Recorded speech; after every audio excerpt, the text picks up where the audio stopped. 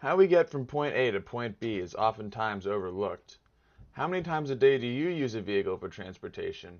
1 time? 2 times? 9 times? More? With our society's obvious reliance on transport vehicles comes the problem of vehicle emissions. Carbon dioxide and other greenhouse gases are emitted by vehicles that run on fossil fuels, significantly contributing to climate change. Transportation in general is a significant contributor. Almost 20% of global carbon emissions are associated with transportation. Colgate University in Hamilton, New York has recognized its responsibility to mitigate its effect on climate change by reducing greenhouse gas emissions. In 2011, the institution made an aggressive commitment to achieve climate neutrality by 2019, a goal that cannot be completed without institutional change. So far, Colgate has reduced net emissions by well over 50% from 2011 levels. Efforts to reduce carbon emissions could include initiatives to mitigate negative environmental effects of vehicle fleets. Here at the university, our carbon footprint as of last year was about 13,000 tons. Our emissions associated with our personal vehicle fleet, the Colgate-owned cars and vans, is about 500 tons. So that's about a 4% contribution to our campus carbon footprint.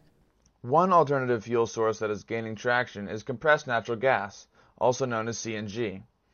Vehicles that run on CNG have fewer emissions that are cleaner and better for the environment.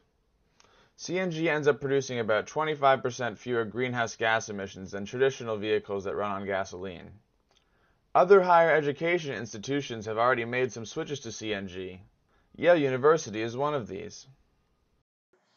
So Yale wanted to find a way to make the air cleaner, and CNG seemed to be a way we could go about it. Lowering our greenhouse gas emissions, we want to lower them 20%.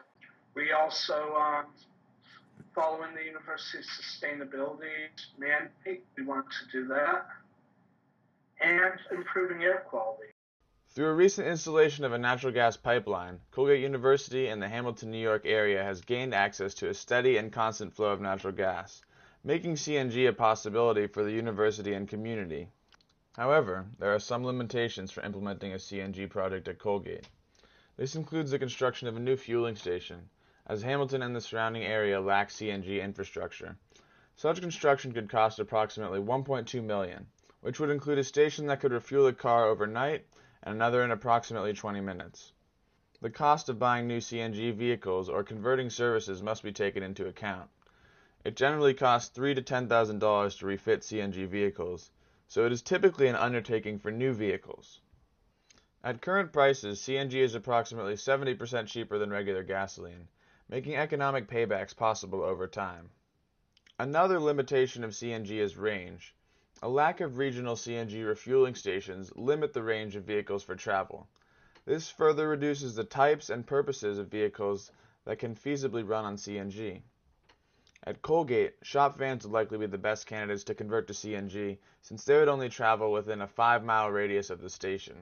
These shop vans are operated by buildings and grounds and are outfitted to be used by carpenters, electricians, plumbers, and other maintenance staff.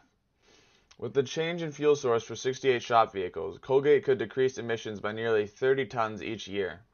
While it might be too dramatic a shift for Colgate to switch to CNG right now, there are definite possibilities for a CNG project to be implemented at the university in the future, especially given the potential economic and definite environmental benefits.